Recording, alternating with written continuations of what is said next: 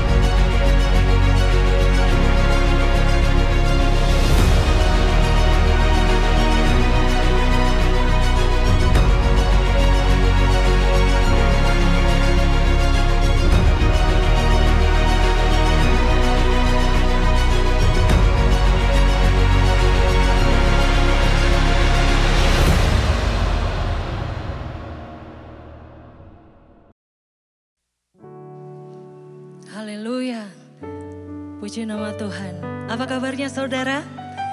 Warga kerajaan yang diberkati Tuhan, katakan haleluya.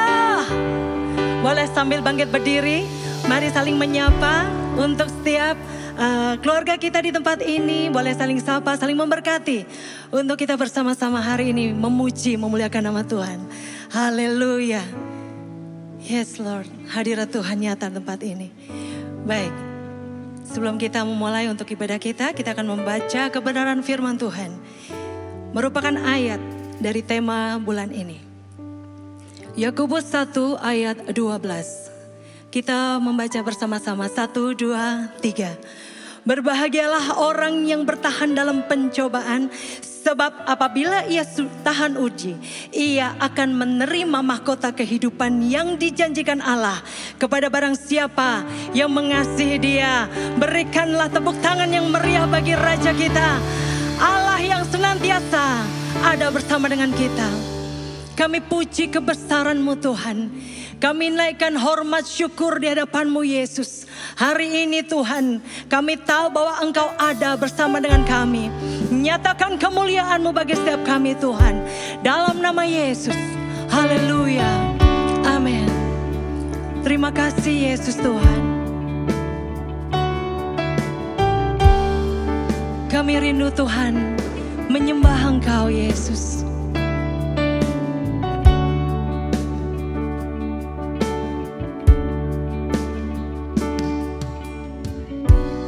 Ku sembah Kau Rajaku, sebab mulialah nama-Mu.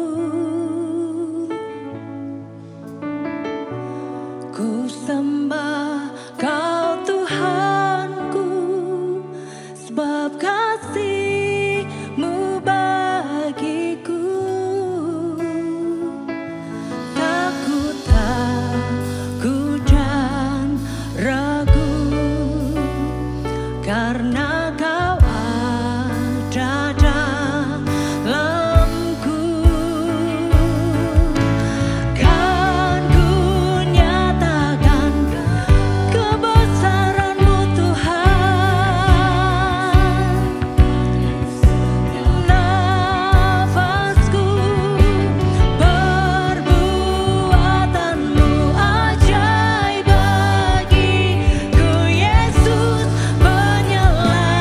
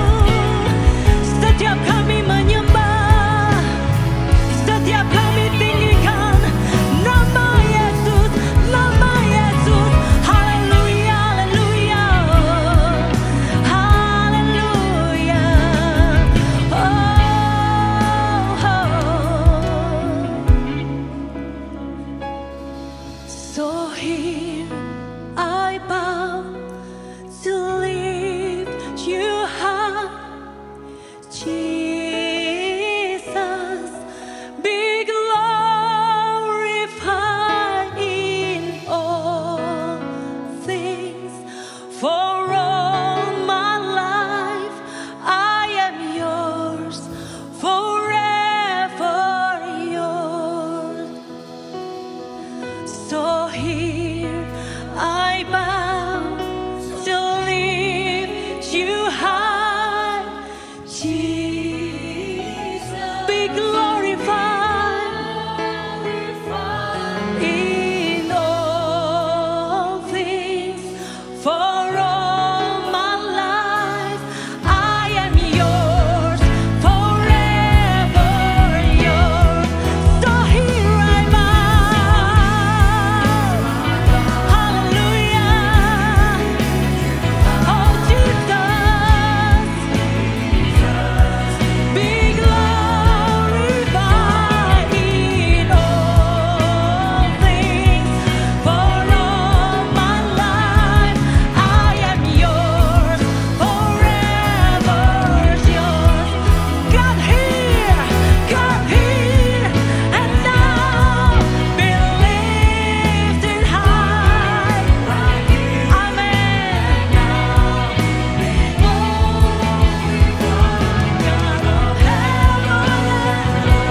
God who brought me back to life, I am yours. Together say, God here, yes, be lifted high, be glorified, God of heaven and earth, God who brought me back to life, I am yours, forever yours. So here I bow. Amen. Jesus, be glorified in all things. For all my life I am yours, forever yours. So here I bow to lift you high. Oh Jesus, be glorified in all things. For all my life I am yours. Come on, say. So hallelujah. So here I bow to lift you high. Oh hallelujah. Be glorified.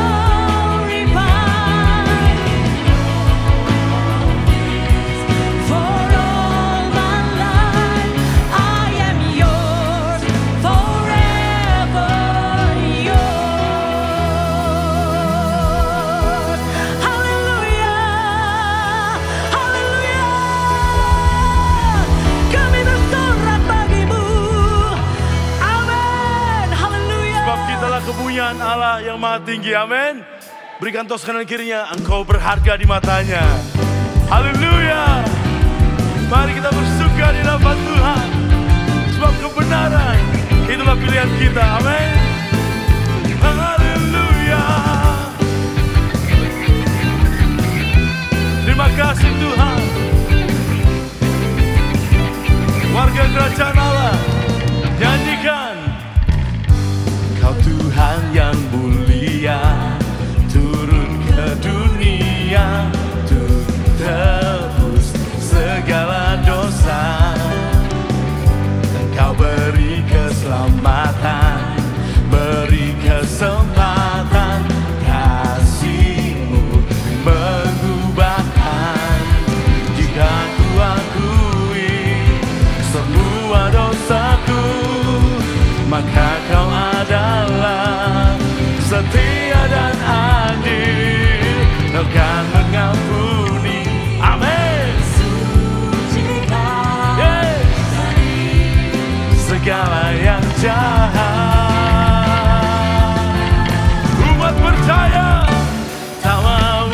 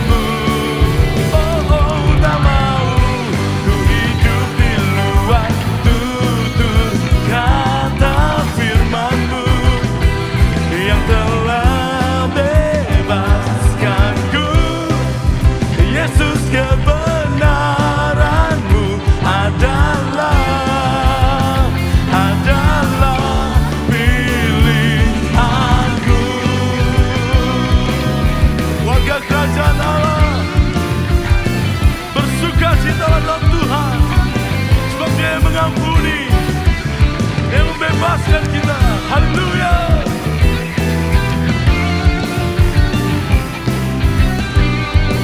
Suarakan dengan lantang. Come on. Tak mau ku hidup di dunia ini lagi. Nyatakan Tak ingin kompromi. amin. Tak ingin lakukan hal yang dapat Dugakan hatimu. Tak mau ku hidup di luar tutur kata firman-Mu yang telah bebaskanku. Yesus, kebenaran-Mu adalah semuanya.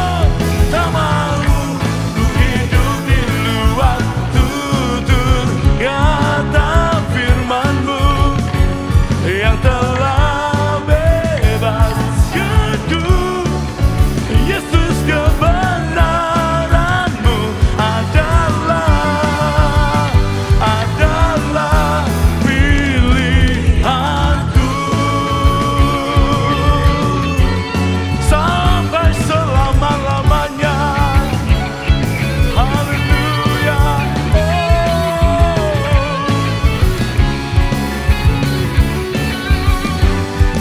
Terima kasih Yesus Tuhan yang setuju bersorak bersama. Haleluya. Yang siap bawa jiwa-jiwa ke hadapan Tuhan. Tepuk tangan di atas kepala kita. Come on. Hey. Terima kasih Yesus Tuhan.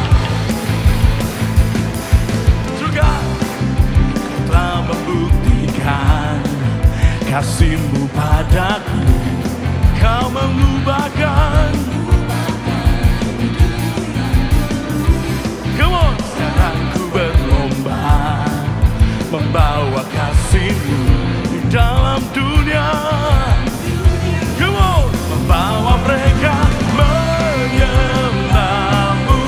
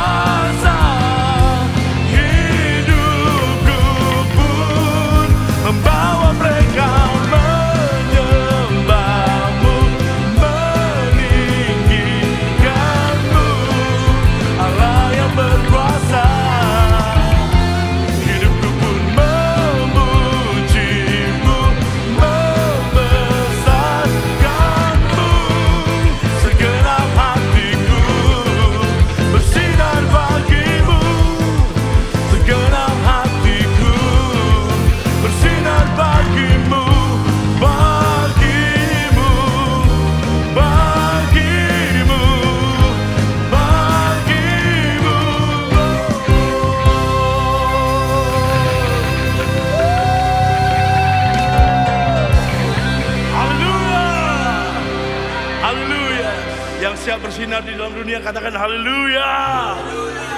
Haleluya. Silakan duduk Bapak Ibu yang terkasih dalam Tuhan.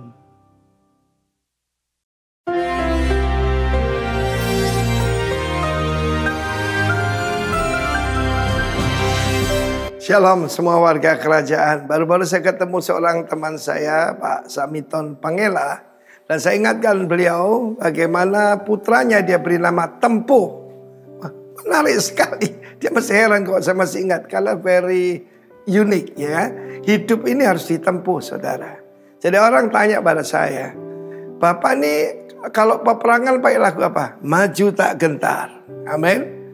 Ever onward, no retreat. Sebab firman Allah menjelaskan dari Ibrani pasal 10. Kenapa kita harus maintain perseverance? Kenapa kita harus tahan uji? Kenapa kita harus tahan menghadapi penderitaan, cercaan dan sebagainya? Firman Allah mengatakan Ibrani 10:35. Besar sekali reward ataupun pahala yang menantinya. Perhatikan bukan gaji loh. Reward itu berarti terakhir kalau Tuhan Yesus datang. Akan ada pengadilan tahta Kristus.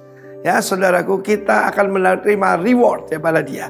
Bagi yang setia, bagi yang menantikan Tuhan dengan sungguh-sungguh. Lalu firman Allah juga mengatakan apa risikonya kalau tidak tahan uji dan mundur? Binasa saudara. Ya, karena itu sering saya katakan kendaraan iman saya yaitu personel yang mundur itu sudah saya rusakkan. Supaya cuma ada maju dan naik. Amin. Semua marga kerajaan harus menyanyikan yaitu maju tak gentar. Nah, Ibrani pasal 10 bukan cuma besar ya. Kita memerlukan ketekunan ayat 36 ya.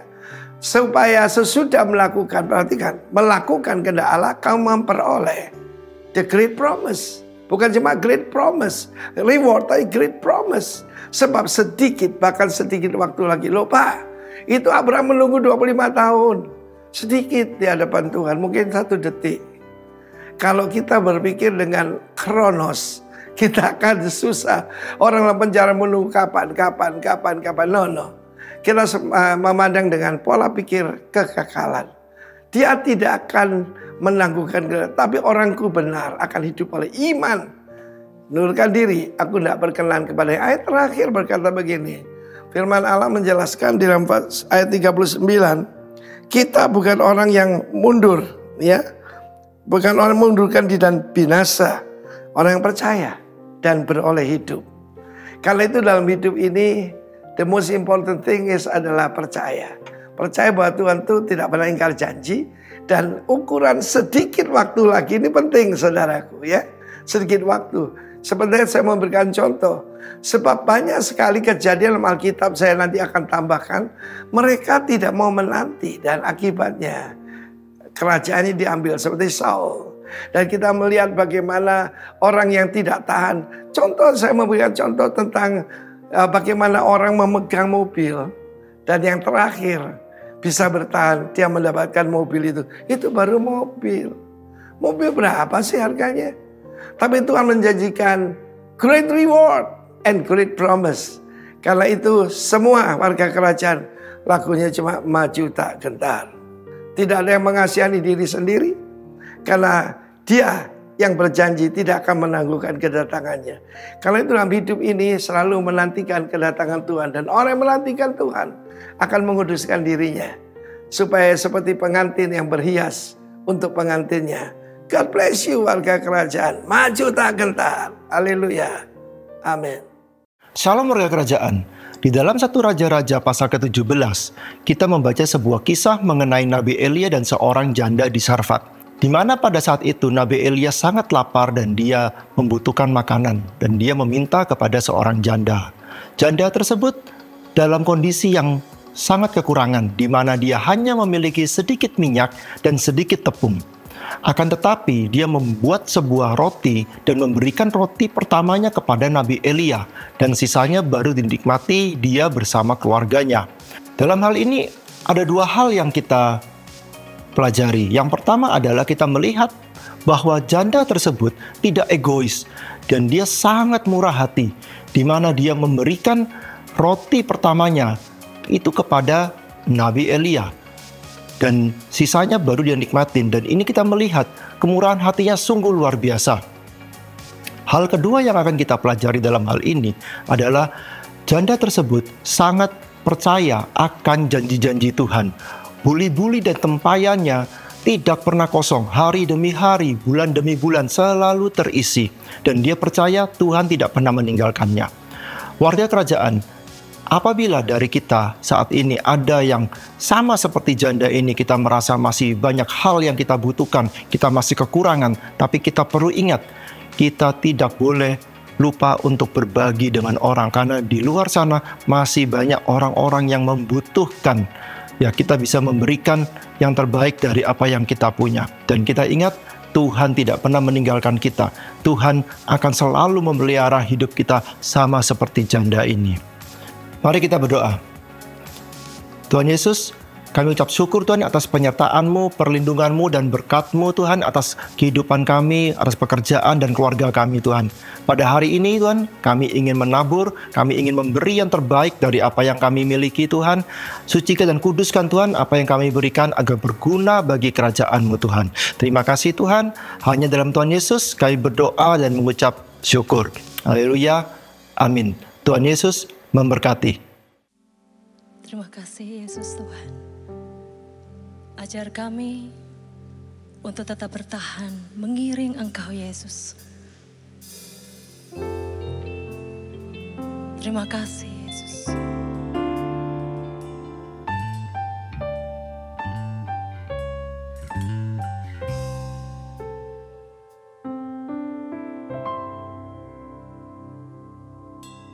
Tak akan pernah ku sesali mengiring Yesus sepanjang hidupku. Lewati lembah air mata, ku saksikan kemuliaan-Mu dinyatakan. Berapapun harga yang harus ku bayar, ku kan tetap setia melayani, mengasihi-Mu, mengiring-Mu seumur hidupku. Janji-Mu kan tetap ku pegang teguh sampai ku dapat mahkota kehidupan.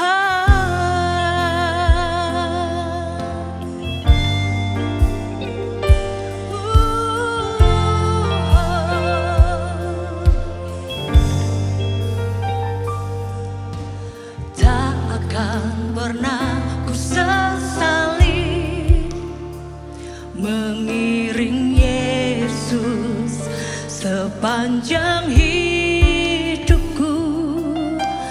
Lewati lembah air mata, ku saksikan kemuliaan-Mu dinyatakan. Berapapun harga yang harus ku bayar, ku kan tetap setia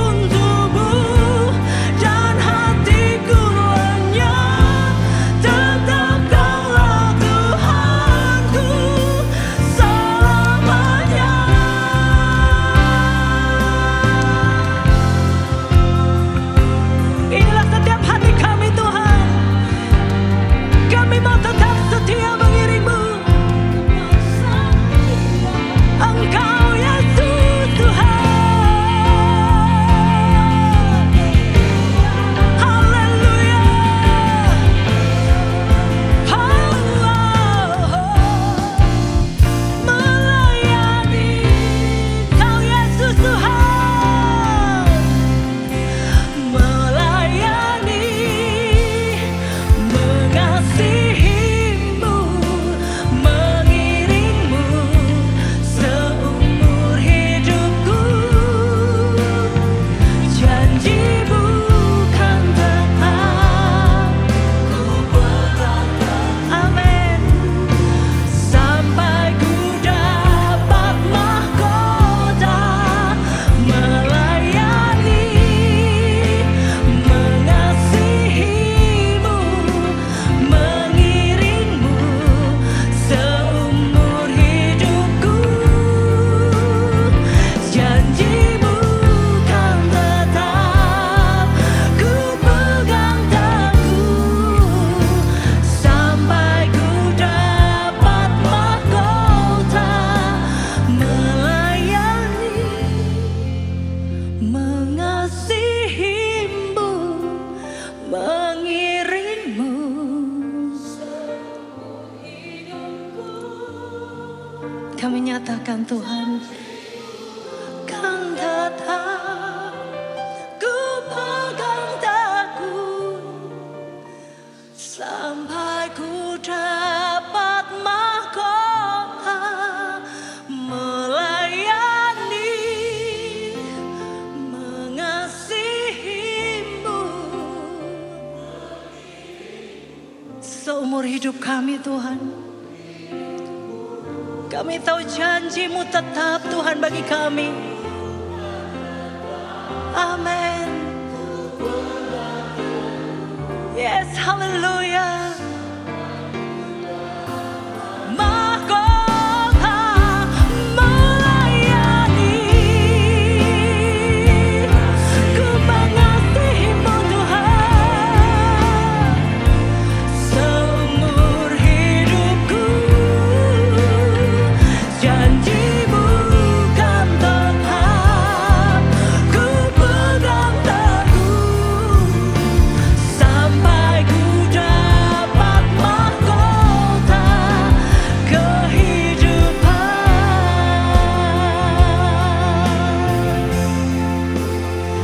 Janjimu kan tetap ku pegang teguh, sampai ku dapat mahkota kehidupan.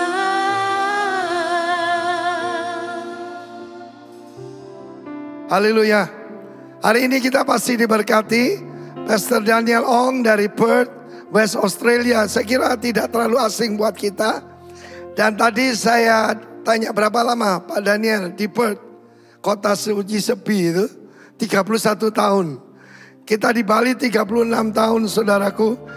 Tapi saya admire 31 tahun di Perth saudara. Jam 5 semua toko tutup waktu itu. Dan kita pasti bisa belajar perseverance dari Pastor Daniel Ong. Tepuk tangan bagi Allah kita. Come on Pak Daniel. Silakan duduk.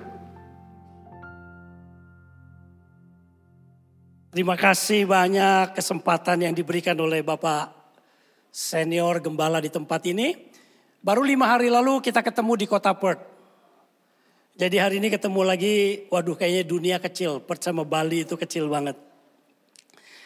Oke, saya nggak panjangkan lagi. Nanti mungkin di tengah-tengah saya ada kesaksian tentang tempat saya melayani. Tadi Bapak Pak Arifin juga sudah sebutkan saya 31 tahun di kota Perth. Oke, saya nggak panjangkan lagi. Saya menyampaikan firman Tuhan dengan tema yang sama dari jemaat ini. Bagaimana ketekunan, kesabaran di tengah-tengah terutama kesulitan. Kalau kita bertekun, bersabar di dalam kenikmatan, dalam kelimpahan itu sangat gampang. Tapi dalam kesulitan, kalau dalam kesusahan itu yang susah. Oke, kita lihat satu persatu. Yang pertama kita lihat pendahuluan dulu. Pendahuluan.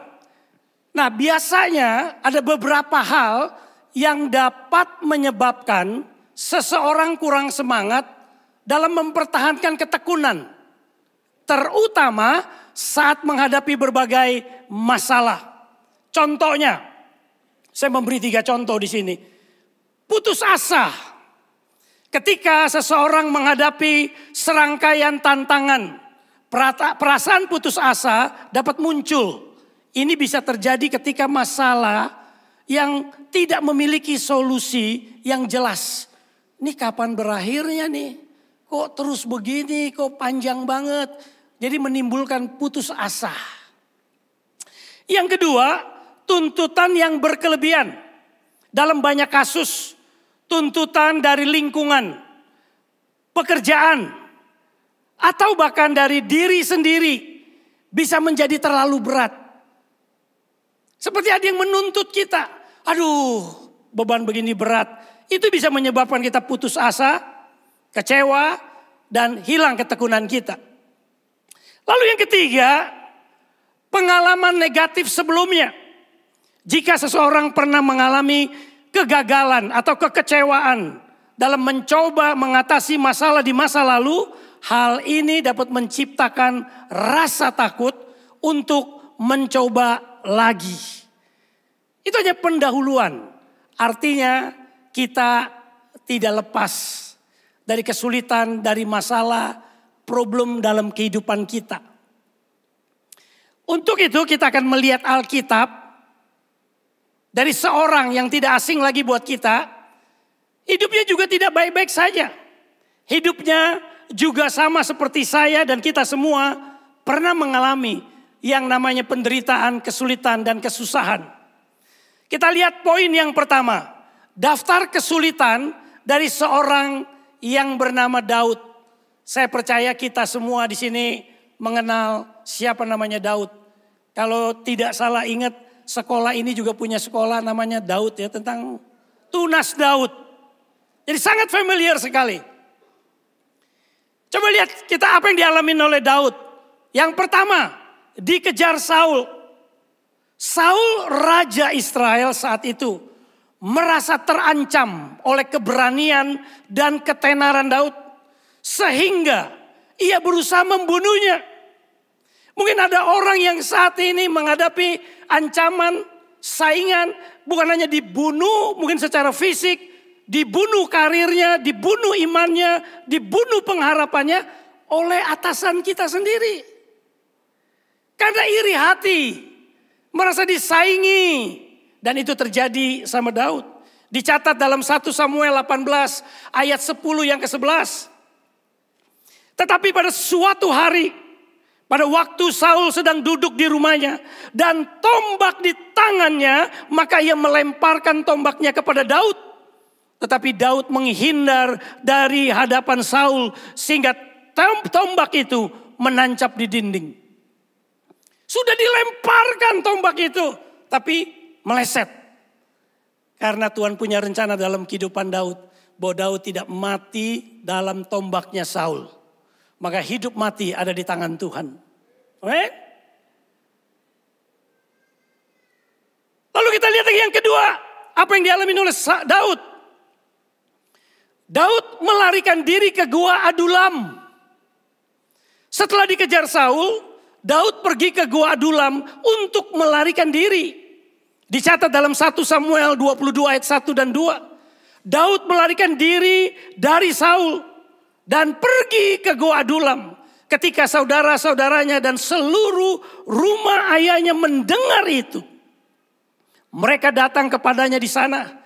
Dan setiap orang yang dalam kesusahan, setiap orang yang terutang, dan setiap orang yang pahit hati berkumpul kepadanya. Dan ia menjadi pemimpin atas mereka. Lari saudara. Kita bayangkan seorang raja lari ke Gua Adulam. Lalu berkumpul sama orang-orang yang pahit hatinya, yang terutang, artinya orang yang bermasalah. Daud tidak lepas dari itu. Yang ketiga, konflik dengan Absalom. Putra Daud Absalom memberontak dan mencoba merebut takhta. Memaksa Daud melarikan diri dari Yerusalem. Dicatat dalam 2 Samuel 15 ayat 14. Lalu Daud berkata kepada semua hamba-hambanya yang ada bersamanya di Yerusalem, mari kita melarikan diri. Sebab kita tidak dapat akan menyelamatkan diri dari Absalom. Ada yang penderitaannya seperti Daud saat ini yang sedang dikejar sama anak-anaknya ingin dibunuh. Daud mengalami hal yang berat. Kemarin dalam pertemuan hamba Tuhan di Kota Perth, Pastor Senior Pak Arifin dari Gembala Saudara hadir memberi wejangan. Harta itu yang paling berharga adalah anak cucu kita. Jadi betapa sakitnya kalau seorang anak ingin membunuh ayahnya. Maka saya bersyukur kedua anak saya jarang di dalam Tuhan. Dua-dua boleh melayani Tuhan. Itu harta yang sesungguhnya. Tapi Daud mengalami hal yang pahit. Anaknya ingin membunuh ayahnya sendiri. Ingin merebut taktanya. Yang keempat. Kesengsaraan setelah perzinahan dengan Batsheba. Daud juga bukan orang yang hebat, kita tahu. Di akhir hidupnya Tuhan berkata, Daud adalah hambaku yang berkenan di hatiku. Wow. Orang yang berkenan di hatinya saudara. Dia ngadepin masalah. Dia ngadepin problem. Dan dia pernah jatuh. Itu dicatat 2 Samuel 11 ayat 14-15. Keesokan harinya Daud menulis surat kepada Yoab. Yang ditulisnya, diletakkanlah Uria di depan garis terdepan dalam peperangan. Lalu diundurkanlah dia supaya ia mati. Mengambil istri Uria dan menempatkan Uria di garis depan untuk sengaja dibunuh. Untuk menghilangkan jejaknya. Daud sampai masuk ke dalam lembah dosa sedemikian dalam. Dia tapi tidak tinggalkan Tuhan. Dan kita tahu bagaimana kisah juga pertobatan dia. Yang kelima sekarang. Penyakit dan ujian. Daud menghadapi berbagai kesulitan termasuk penyakit dan penderitaan selama pemerintahannya. Dicatat di Mazmur 38 ayat 4 dan 6. Sebab kesalahanku telah melampaui kepalaku. Seperti beban yang terlalu berat untukku. Jiwaku mengalami keletihan dalam hal ini. Aku mengeluh karena kesedihan hatiku. Dia mengakui betapa dosa dan kesalahanku begitu berat. Setinggi kepalaku, artinya betul-betul sampai menutupin pikirannya, menutupin kehidupannya. Jadi di masa tuanya dia menulis ini loh saudara. Tapi akhir hidupnya dia finishing well. Tuhan berkata, ini hambaku yang berkenan di hatiku. Ada semangat, ada ketekunan yang kita mau pelajari dari Daud. Nah, apa yang menyebabkan Daud bertahan? Tidak menyerah, tidak jatuh tergeletak dalam berbagai kesulitan yang demikian rupa. Dia punya spirit yang luar biasa. Nah, kita masuk poin yang kedua, kita lihat apa yang menyebabkan Daud bisa bertahan sedemikian rupa.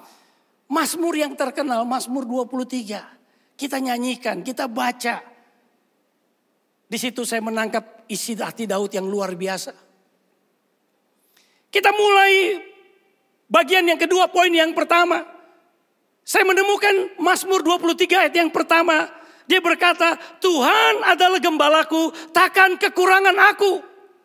Dikeluarkan bahasa deklarasi. Dia deklarkan. Dan banyak penulis berkata bahwa waktu dia menulis ini, Daud dalam keadaan sulit. Daud dalam keadaan susah. Tapi dia bisa deklarkan, Tuhan adalah gembalaku. Saya menangkap kata Tuhan adalah gembalaku. Kita tahu fungsi seorang gembala. Waktu domba itu tersesat, dia tarik itu dengan apa namanya, tongkat yang berupa panjang gitu kan, yang itu tuh buat narik lehernya. Kamu tersesat, balik lagi jalan. Terus dipanggul gitu. Ada orang yang menjelaskan, kadang seorang gembala itu karena nih dombanya nakal, kakinya harus dipatahin. Ditaruh di sini, digendong. Daud ngalamin itu. Disiplin dari Tuhan. Bentukan dari Tuhan. Dia pernah menyengsel keluar, ditarik ke dalam.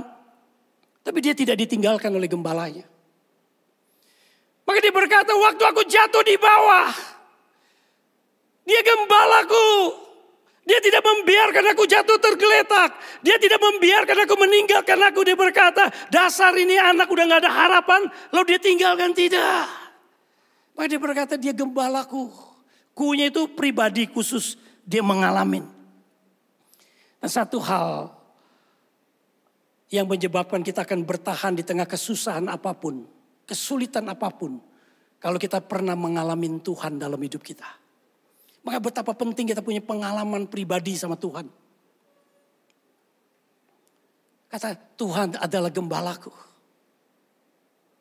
Lalu dia berkata kalau Tuhan gembalaku itu merupakan identitas Tuhan. Aku kenal tuh siapa Tuhan yang aku layanin. Aku tahu dia personally, dia Tuhan adalah gembalaku. Lalu dia declarekan, dia berkata, takkan kekurangan aku. Nah, kata takkan kekurangan aku itu luar biasa loh Bapak Ibu. Bahwa sekarang iklan, apapun akan berhasil. Dan kita menjadi korbannya customer. Karena selalu iklan itu membahasakan begini. Kamu kurang cantik. Pakai produkku, maka kamu cantik. Kamu kurang sehat. Kalau pakai produkku, kamu menjadi sehat. Kamu kurang tinggi. Kalau pakai produkku, kamu bisa tinggi. Kamu kurang follower. Kurang like di media sosial. Pakai jasaku, maka aku tambahkan kamu. Dan orang yang selalu merasa kekurangan, maka dia menjadi korban dari sebuah iklan. Coba perhatian kita semua.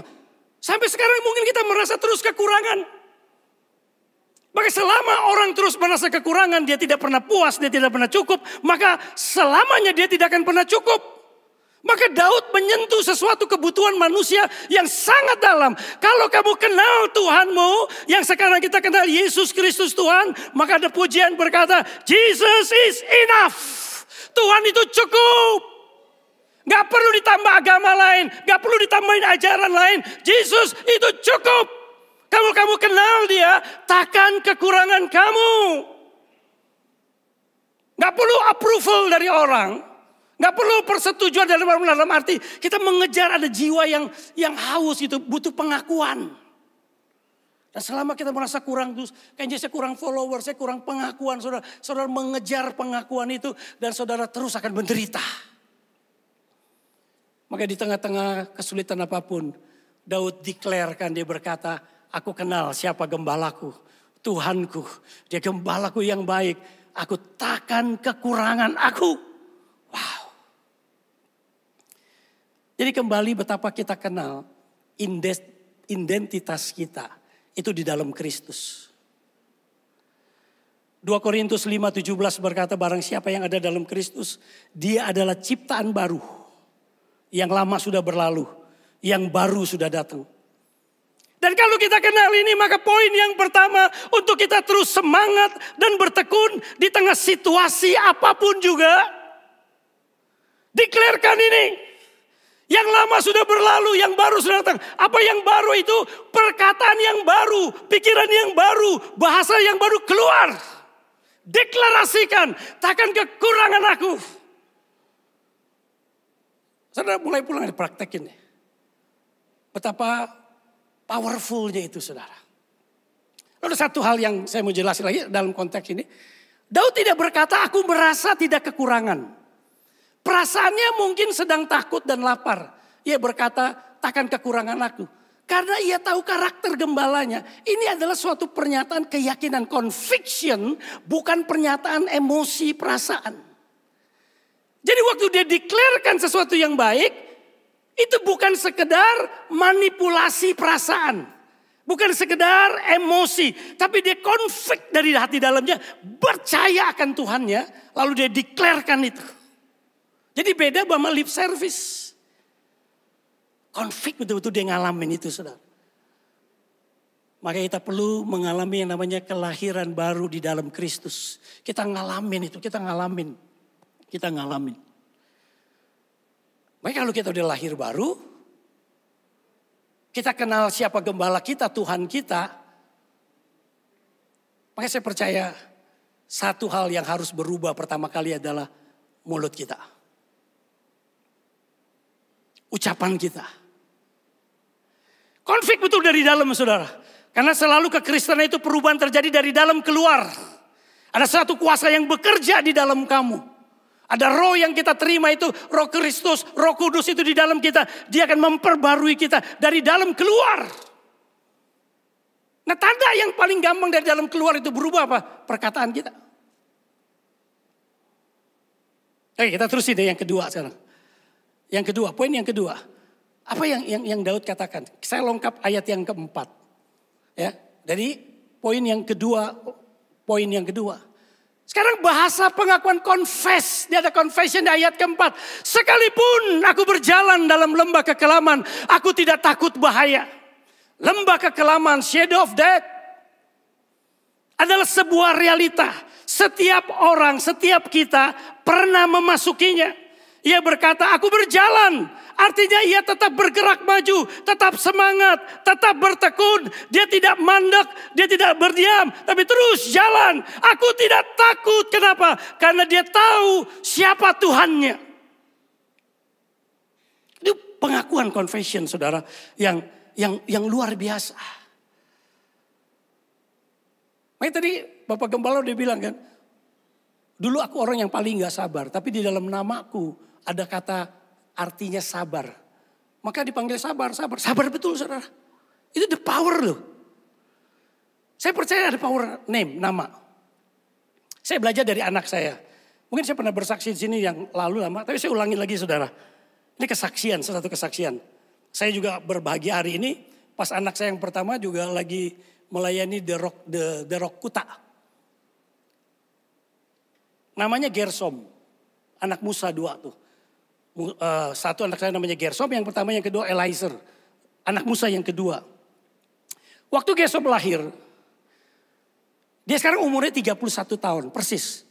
Jadi saya di kota 31 tahun, maka anak saya yang pertama 31 tahun. Lahir anak jasmani, lahir juga gereja yang saya lainin. Maka gereja juga berusia 31 tahun.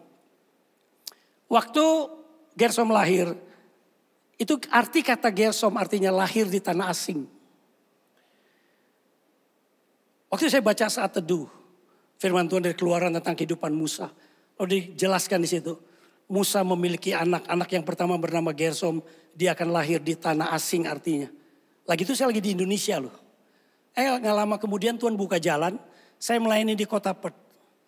Melayani di kota Perth kurang lebih hampir setahun, karena 93 saya udah datang, kayak survei melayani persekutuan. Tahun 94. Istri saya dinyatakan hamil. Wow.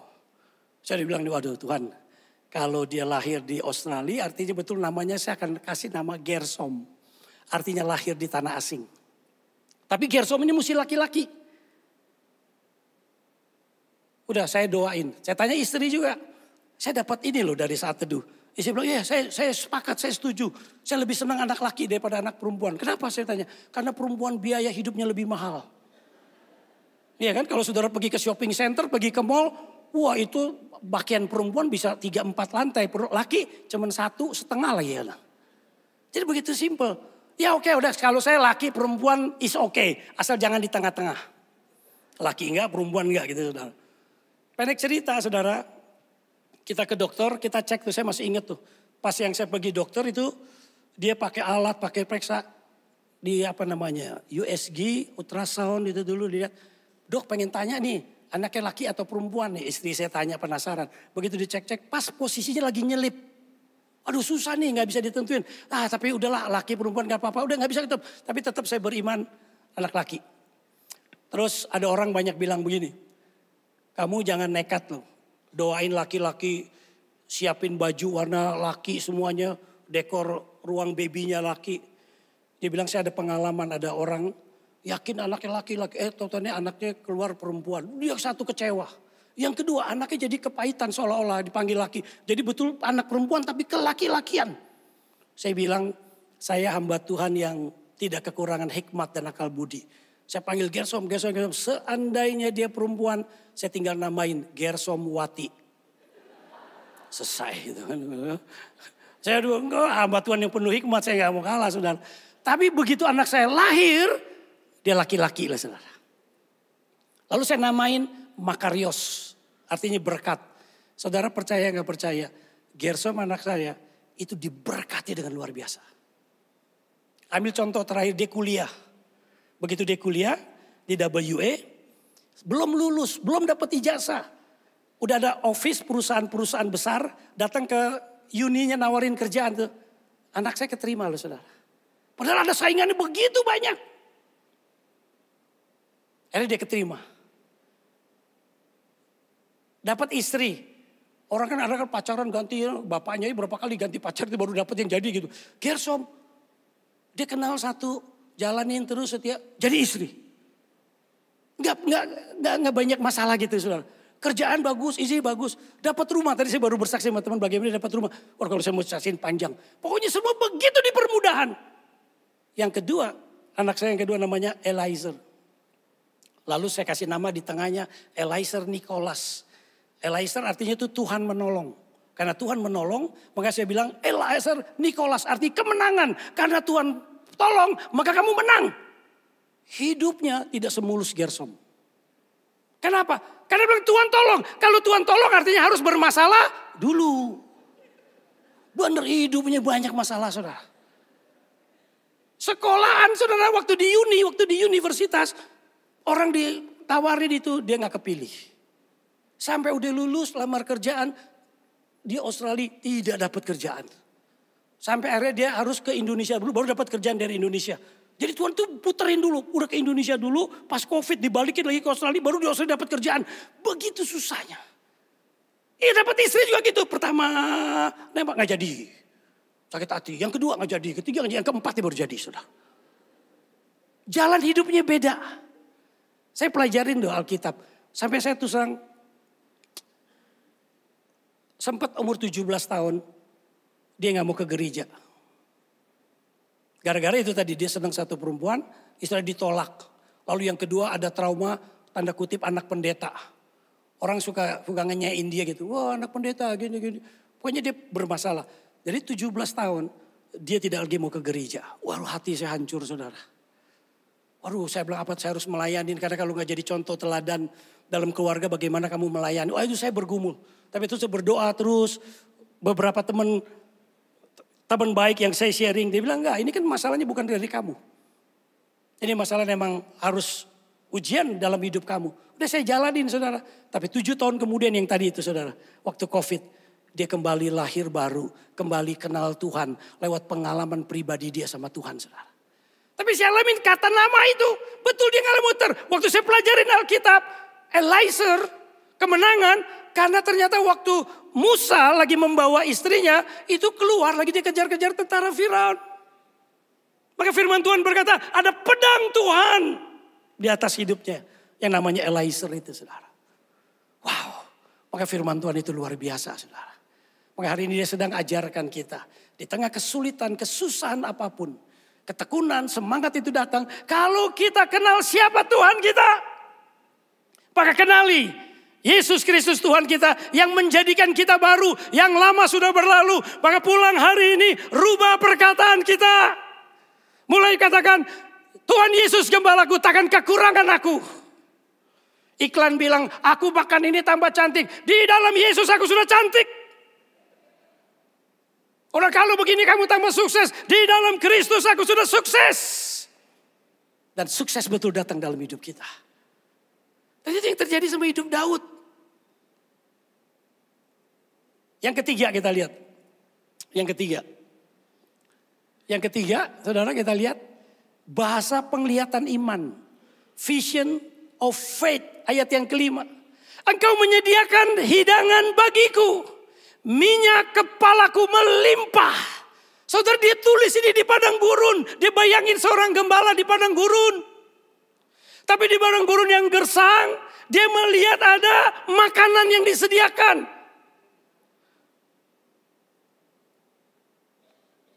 Jadi dia sedang mengucapkan bahasa surgawinya. Dia sedang mengungkapkan bahasa imannya.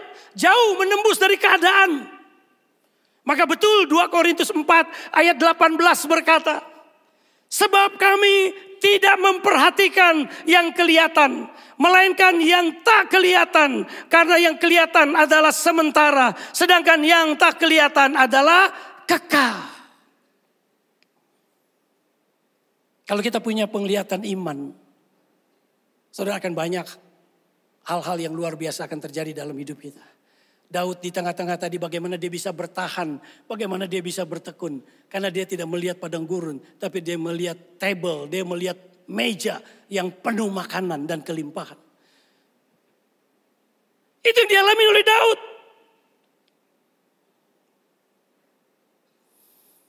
Yang keempat kita lihat.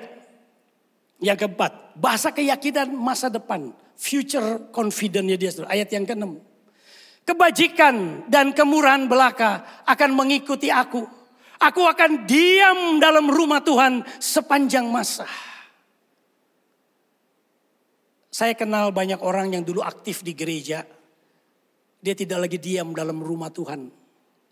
Dia tidak lagi ada lingkungan gereja. Dia tidak ada lagi lingkungan komunitas orang percaya. Kenapa? Karena tidak bertahan. Begitu banyaknya kesulitan, kesusahan. Tapi Daud berkata karena dia punya mata iman, dia melihat. Dia juga melihat masa depan. Bahwa kebajikan, kemurahan belaka itu akan mengikuti dia. Dan betul kebajikan, kemurahan. Kita lihat problemnya begitu banyak. Tapi Daud bisa mendapat gelar orang yang berkenan di hati Tuhan. Itu aja kebajikan, kemurahan, kasih karunia Tuhan. Maka dia bisa diam sepanjang masa karena dia melihat kemurahan Tuhan. Maka hari ini apa yang kita lihat? Mungkin yang kita lihat hanya masalah, sederetan masalah. Yang kita lihat hanya kesulitan, yang kita lihat hanya kesusahan. Dan itu yang kalau kita lihat, maka gak heran. Kita gak bertahan, kita mandek. Karena apa yang kita lihat, itu yang kita pikirkan. Apa yang kita pikirkan, itu yang kita rasakan. Dan apa yang kita rasakan, itu yang kita lakukan. Maka Daud, orang yang luar biasa, belajar bagaimana dia bertahan di tengah-tengah kesulitannya. Bagian yang ketiga, saya mau bahas bagian yang ketiga. Karena bagaimana mempraktekannya, ngucapin bahasa surgawi tadi bisa melihat meja yang penuh dengan makanan.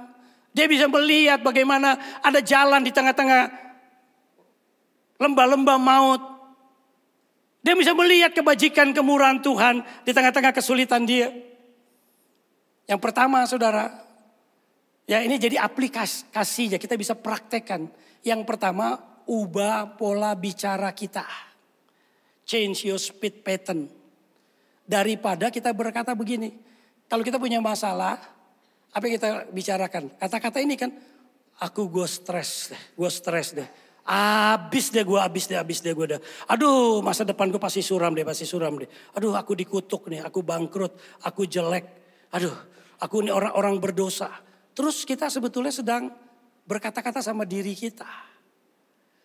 Saudara, saya hampir di Perth setiap hari itu jalan pagi. Setengah jam, 1 jam, tergantung waktu, tergantung cuaca, tergantung mood, semuanya saudara.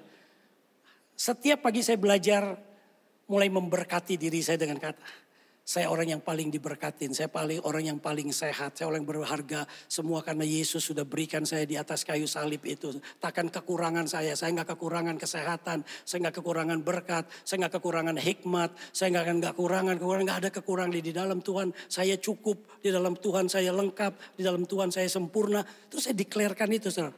Bahasanya kita rubah. Daripada saudara berkata-kata negatif. Apalagi pagi loh saudara. Mood pagi itu kan mempengaruhi kita banyak loh saudara. Saudara bangun pagi dia bilang, aduh malas lah gue. Saudara udah perintahkan sama tubuh saya tuh malas semua saudara. Dan hari itu shutdown semua itu saudara. Bener-bener rasa malas, gak bergairah. Kalau saudara gak ngelihat apa yang Daud itu lihat tadi. Saudara gak ngalamin apa yang Daud ngalamin. Saudara. Daud rubah apa? Mulai perkataan. Tuhan gembalaku takkan kekurangan aku. Wow, itu mantep banget saudara. Coba rubah pattern bahasa kita. Terutama waktu kita bangun pagi. Itu peperangan jadi pagi.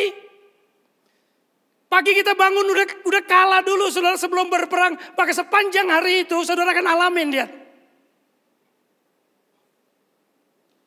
Rubah yang pertama pola kita. Yang kedua. Di sini kembali ditekankan, lihat dengan mata iman. Dalam kesulitan kehidupan, lihat meja perjamuan seperti Daud yang disediakan Tuhan. Dalam sakit penyakit, lihat Tuhan sebagai yang menyembuhkan. Karena juga Amsal 18:21 berkata, hidup dan mati dikuasai lidah. Siapa suka menggemakannya akan memakan buahnya. Saudara akan ngalamin. Saya sudah melihat anak saya menjadi kisah hidup. 31 tahun saya bersama anak saya. Yang kedua 29 tahun karena bedanya 2 tahun. Saya melihat betapa powerfulnya itu sebuah nama. Powerfulnya sebuah kata-kata. Lalu yang berikutnya aplikasi praktek saudara sekarang ya. Jadi setiap minggu kita dengar firman Tuhan ada prakteknya saudara. Praktek gini, ambil waktu 5 menit setiap pagi. Dalam seminggu ini, dari minggu sekarang minggu ini, Senin cuma mulai praktekin. Ya, baca tuh Mazmur 23. Lalu bisa juga saudara buat satu akronim nama. Ntar saya kasih contoh akronim nama. Saudara, ayat penutup saya baca di sini Amsal 10 ayat 11. Mulut orang benar adalah sumber kehidupan. Kita udah lahir baru, ada roh yang baru di dalam kita. Yuk, nomor 1 kita menangin peperangan. Jangan dikalahkan oleh perkataan kita sendiri. Seringkali perkataan kita melumpuhkan iman kita. Perkataan kita kadang-kadang membunuh diri kita sendiri. Maka sekarang rubah perkataan kita. Dan lihat hasilnya. Kalau kita perkatakan bukan karena sekedar lip service. Bukan sekedar perasaan. Bukan sekedar kayak, oh ini kayak jampe. Enggak ada jampe-jampe. Tapi you convict dari iman. Karena saya lahir baru. Di dalam saya ada roh yang luar biasa. Roh Kristus ada di dalam diri saya. Yang lama sudah berlalu, yang lama mulut yang penuh dengan kutukan, mulut yang penuh negatif, mulut perkataan yang penuh dengan hal-hal yang tidak membangun, itu semua sudah berlalu. Sekarang yang baru sudah datang, 5 menit minggu ini, saudara lihat hasilnya. Akan saudara tambah 5 menit lagi, saudara dikasih PR seminggu, akan saudara tambah 2 minggu, saudara tambah seterusnya, dan hidup saudara saksikan. Karena Amsal 10 ayat 11 kali tekanan, orang yang benar adalah, mulut orang benar adalah sumber kehidupan. Karena mulut kita menjadi sumber kutukan, sumber yang mematikan, atau sumber yang menghidupkan iman kita sendiri. Kuasai perkataan kita. Misalnya ambil akronim nama, saudara, saya ambil contoh nama saya saudara. Kalau jalan pagi saya ingat kata nama saya Daniel, Day, devoted. I am devoted, hidupku untuk Tuhan. Hanya saya ingat I am anointed. Saya orang yang diurapi ya untuk tujuan Tuhan. N-nya I am new creation yang tadi saya kutip ayatnya. Lalu I-nya I am inspired. Dipimpin oleh Roh Kudus, saya tidak akan kekurangan inspirasi. Ada banyak inspirasi yang akan Tuhan berikan kepada saya. Lalu I-nya I am empowered, dikuatkan untuk melayani. I am love, saya dikasih Tuhan. Saya nggak perlu follower lagi. Saya nggak perlu orang suka. Saya nggak suka. Yang penting jangan sampai Tuhan yang tinggalkan saya. Bisa juga kata determined, adventurous, nice, intelligent, energic, loyal. Sebutin nama-nama saudara yang bagus yang membangun iman saudara. Ingat sesuatu yang baik tentang Tuhan. Ingat sesuatu yang Tuhan begitu luar biasa. Dan maka saya percaya saudara. Firman yang hidup ini, dia akan menghidupi kita semua. Amin. Mari kita tundukkan kepala, yuk kita berdoa. Mungkin tim musik kalau boleh mempersiapkan pujian yang disiapkan. Hari ini saya hanya ingin membagikan berkat hari ini. Sesuai dengan tema yang hari ini diberikan. Kita semua tidak lepas lewat lembah-lembah bayang maut. Kita pernah merasa putus asa. Saya pernah ada di titik putus asa. Di dalam pelayanan, di dalam keluarga, di dalam kehidupan. Mungkin ada di antara kita saat ini sedang ada di dalam situasi seperti itu. Bukan karena apa-apa. Setiap kita harus mengalami. Daud pun mengalami. Dan setiap kita pernah mengalami. Tapi bagaimana kita terus bertekun. Terus semangat. Terus bertahan. Satu hal yang Daud wariskan kepada kita. Lewat Mazmur yang sering kita nyanyikan. Mazmur yang sering kita hafal, dengungkan. Tuhan adalah gembalaku. Hari ini apakah Tuhan Yang sudah kita kenal dalam perjanjian baru ini adalah Tuhan Yesus Kristus yang berkata, akulah gembala yang baik. Gembala yang baik. Apa kita sudah mengenal dia gembala yang baik? Kalau ada di antara kita hari ini, sore hari ini, belum mengenal siapa Yesus Kristus Tuhan, kau letakkan tangan kanan kita di dada dan berkata, Tuhan adalah gembalaku. Hari ini aku terima, hari ini aku akui sebagai Tuhan juru selamatku. Kalau kita yang sudah menerima Tuhan, tapi hari ini kita kurang yakin identitas Tuhan yang begitu powerful, yang luar biasa. Kembali kita deklarasikan, Tuhan kau gembalaku Tuhan. Karena kau gembalaku, takkan kekurangan aku.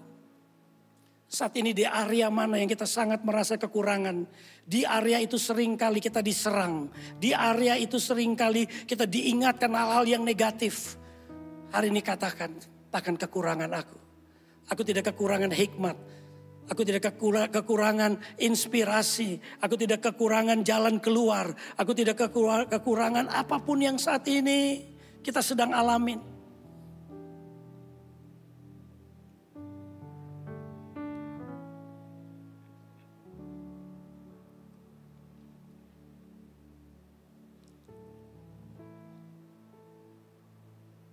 Mari setiap kita mulai praktekkan saat ini kata-kata sesuatu yang baik. Pikiranmu, rohmu, pribadimu perlu mendengar perkataanmu yang baik. Ada kesempatan hari ini, katakan sesuatu yang baik. Terima kasih Tuhan buat aku diberkati. Terima kasih Tuhan buat aku sehat. Terima kasih Tuhan. Coba ucapin syukur, ada alasan begitu banyak untuk kita praise, puji.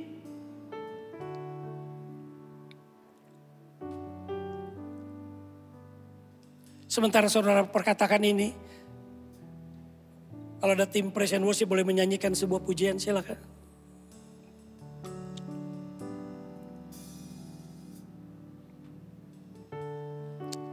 Kasih Yesus. Sementara kita memperkatakan kata-kata yang baik, kata-kata berkat buat diri kita sendiri. Sementara pemimpin pujian menyiapkan satu pujian, saya menyerahkan mimbar kepada Bapak Gembala untuk menutup di dalam doa semua.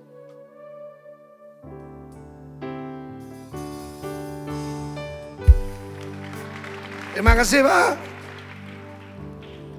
Haleluya. Ayo persiapkan diri untuk perjamuan kudus. Rubah mulut kita ya.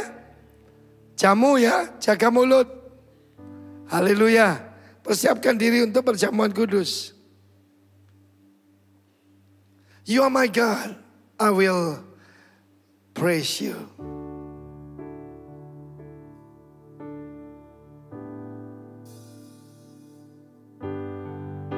Ayo bangkit berdiri, kita naikkan pujian buat Tuhan. Thou art my God, and I will praise thee. Thou art my God, I will exalt thee.